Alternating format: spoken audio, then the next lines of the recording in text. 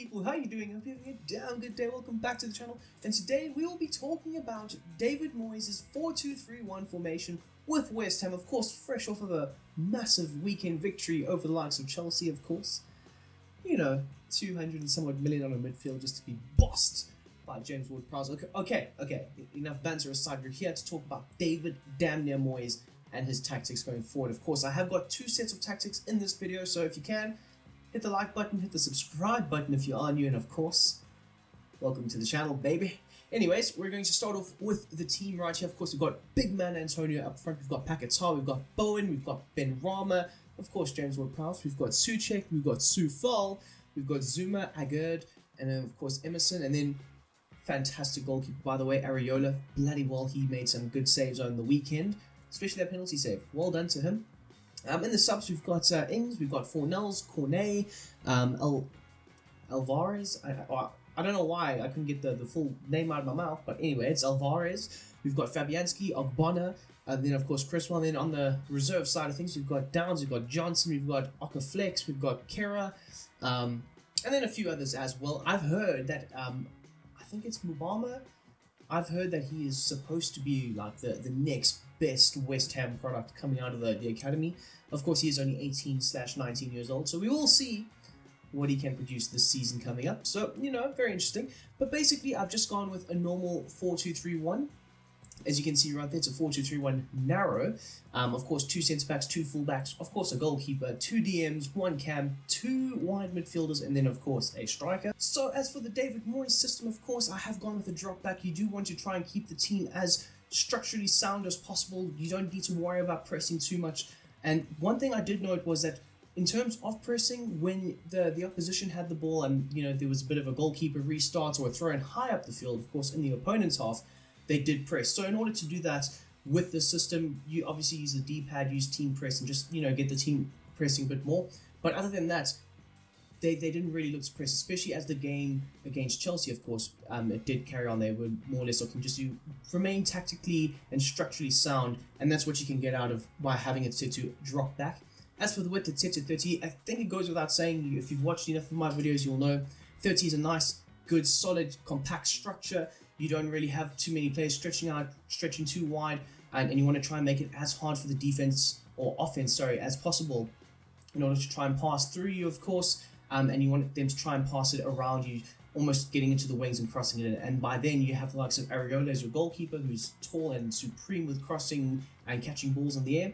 You also have the likes of Zuma, Agurd, Ogbonna, of course. You've got a few other great tall players. I mean, Souček is another one. Of course, they recently signed Alvarez. So you've got all these big, strong, physical players that can definitely play the defensive side of the David Moyes system very, very well. So that's more or less why you would want them to, or your opposition to more or less cross the ball in, because you can, more times than not, win the aerial duels. And then as for the depth, now, of course, as the game against Chelsea went on, they did look to try and drop that slightly further back, you know, just try and soak up possession and then bomb it on forward. But in that first, I would say 15 or 20 minutes or so, they were very high up the field. You could say this is the most positive side of the David Moyes system. It was a high mid-block, if not just a mid-block at times. So I more or less judged it to be around a 60-65. And then that's more or less the happiest you can probably make the backline push up. Or the furthest you can make the backline push up. But yes, I thought they were very good, and I think maybe as the season progresses, the more confidence that this West Ham side do get and gain, I think you'll probably see David Moyes look to try and implement this a bit more, with having a bit more defensive solidarity at the back to then say, guys, I'm feeling more confidence, and you progress up the field, try and push the opposition a bit more and see what can happen. And I think, you know what, that's more or less what we will see as the season progresses. But as for the offense, build a play and chance creation is set to forward runs and balance. Now, I did note that Agurd and so on, they would look to try and play long balls, of course, over the top for the likes of Mikel Antonio. But at the same time, there were some quick transitions that did happen with the likes of Bowen on the ball, or side Ben Rama on the ball, or maybe even Paquetá on the ball, where they were just trying to transition as quick as possible. So you do want to have a bit more of a dynamic approach to it, and that's set to balanced essentially, because you don't just want to be firing long balls all the time into Mikel Antonio. So as for the width, it is set to 45. Now the main reason and thinking behind this was that I think David Moyes thought, you know, let's not try and spread this field out too much. in case you do lose the ball, because if you do lose the ball, then you can quickly transition into a very compact, narrow structure in order to force Chelsea into playing around you, essentially. So that was more or less the thinking behind the 45. But when it gets to the player instructions, of course, your wingers, they do tend to be a little bit wider than normal, which does help and does more or less counteract the 45. So you won't only just see a very compact units of 3 cams, essentially. It won't look like that, don't worry. It will be slightly more stretched, as you will see in the gameplay. As for players in the box, it is set to 6. Of course, you don't want to overcommit too many players. Very cautious approach, and it's very much a West Ham and David Moyes type approach as well. And then as for corners and free kicks, especially with the likes of James Ward-Prowse involved, it is set to 4. So as for the goalkeeper, we have got Areola up, between the sticks, and he's set to come for crosses. You want to try and get him as involved in the game as possible, especially because you won't have the ball as much as possible. So he's going to be very much needed, and of course in the gameplay above, he was very much needed. Great with the saves, great with claiming crosses, and that's more or less his role and his job going forward. And that's more or less why I think he fits West Ham, to be honest. So you know what, good for him. Solid role for him as well. And then as for Gerd and Zuma, they are set to their base set of instructions. And then we get to our fullbacks in this situation. They are set to have a balanced attack, normal interceptions, overlap, and of course stick to position. Both of them are set to these instructions. So you don't constantly want them bombing on, of course. You want them to more or less have a bit more shape and structure to them, and be a bit more aware of the opposition at times. So they will look to attack, of course, if you have the ball for extended periods of time. They will look to try and get up there, but at the same time, they won't always do that. And when they do look to attack, they will look to try and create space down the width of the field, of course, so that would allow the likes of Bowen and Ben Rama to have a bit more space on the inside. Up next, we have James Ward-Prowse, the new signing, of course. He is set to have a balanced defense, stay back while attacking, aggressive interceptions, deep line playmaking, and of course cover the wing. So he will look to try and hit those odd runners here and there with the likes of Ben Rama, Paquetá, Bowen, and of course Antonio. He will look to try and hit those players in transition, and he is a very good player at doing so. But more importantly, he had a very much aggressive, dogged approach against Chelsea. He was willing to make sure that nobody got past him, and I very much liked that. But more times than not, I did note that he was slightly deeper than normal, which was really, really great. So at certain times, Souček was more or less playing alongside Paquetá when West Ham were looking to be a bit more adventurous, a bit more attacking, even with the pressing. Paquetá was quite high up as well. And then, of course, have a balanced defense. So he's not going to look to always cut passing lanes or track his man or whatever. He's just going to have a nice balanced approach to it. Just stay in shape, stay structurally sound, make sure you're hard to get past, and then you'll do a good job. And that's more or less what James Ward-Prowse did do on the day.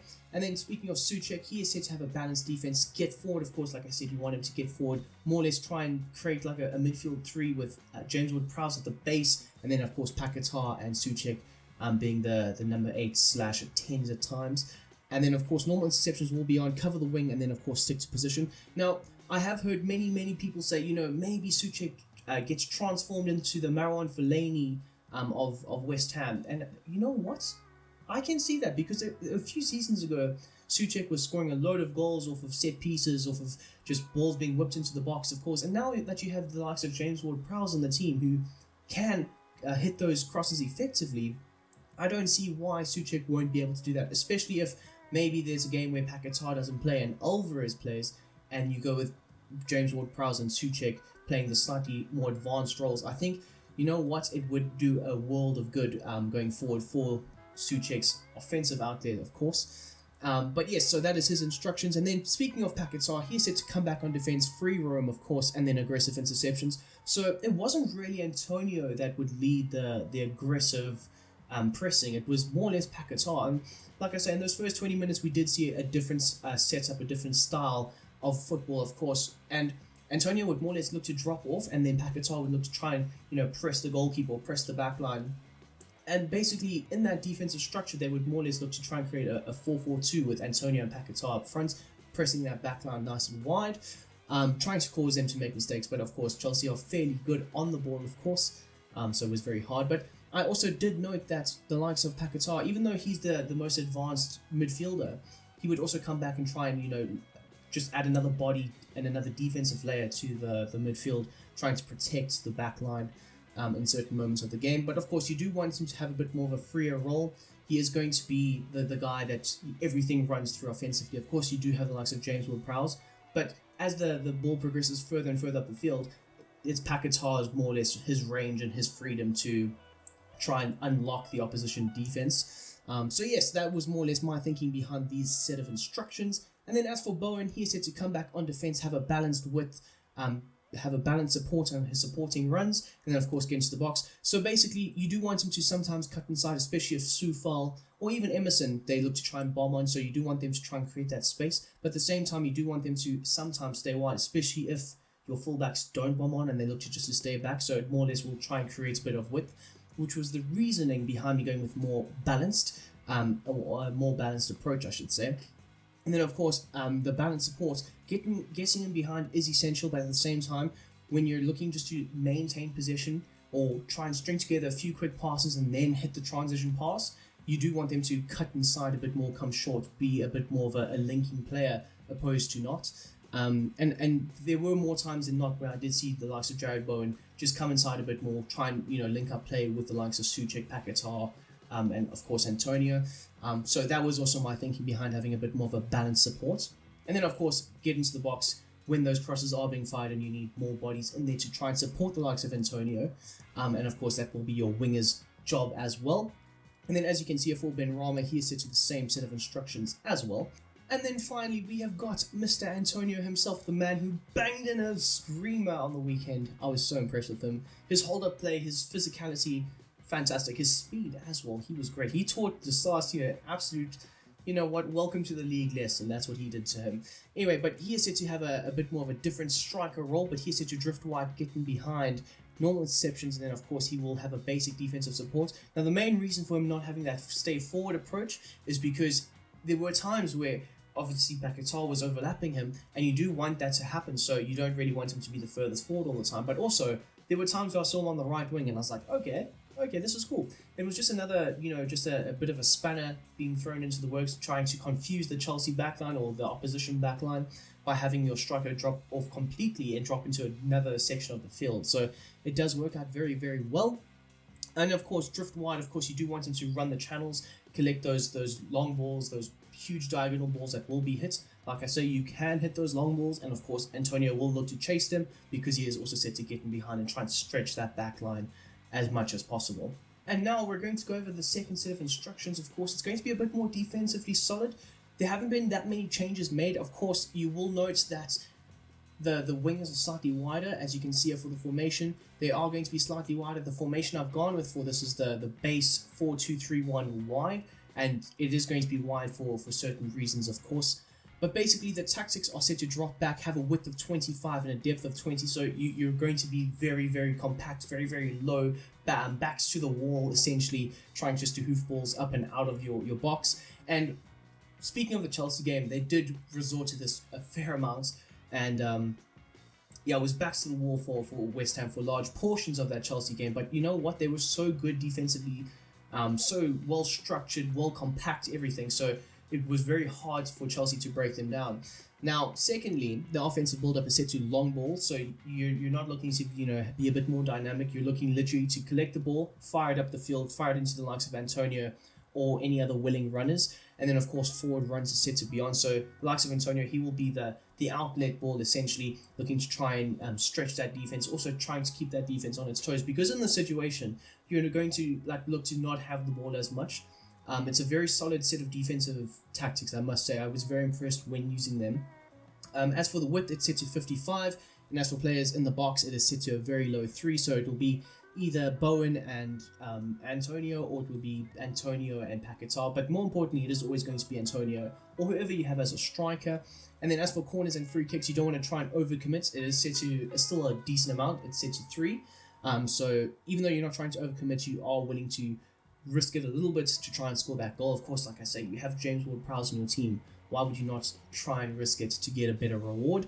And then as for the instructions, of course, Areola, he is set to his comfort crosses. Agurd and Zuma also set to their base set of instructions. Your fullbacks, however, will be set to stay back while attacking and invert, both of them. So they won't look to get forward at all. They'll just look to more or less tuck in, be very, very solid with the backline formation, of course. And then as for James Ward-Prowse and Souček, they are set to or James Ward-Prowse is set to cut passing lanes, stay back while attacking, normal interceptions will be on, cover the centre, and then of course deep lying playmaker. So you will look to try and get the ball to him, and he will look to more or less try and hit Antonio or whoever else is making the run with him up front to try and, you know, keep the opposition on their toes. And then as for Souček, he's set to cut passing lanes, stay back while attacking, aggressive interceptions. You want him to be a bit more, have a bit more of a bite in the midfield, of course. And then of course cover the centre and then stick to position. As for Paquetá, he is set to come back on defense, free roam of course, and normal interception. So he will still more or less look to try and be that outlet ball with the likes of Antonio, but he will also look to try and help the likes of Souček and James Ward-Prowse. And then of course you've got your wingers, they are both set to come back on defense and then of course come short, so they will look to more or less tuck inside as well, adding a further layer of defensive solidarity to the midfield. And then of course aggressive interceptions are set to be on, so they will look to try and help the likes of Soufal and Emerson whenever they can and however they can, and very much so they do a very good job. And then as you can see for Ben Rama, he has got his same set of instructions on.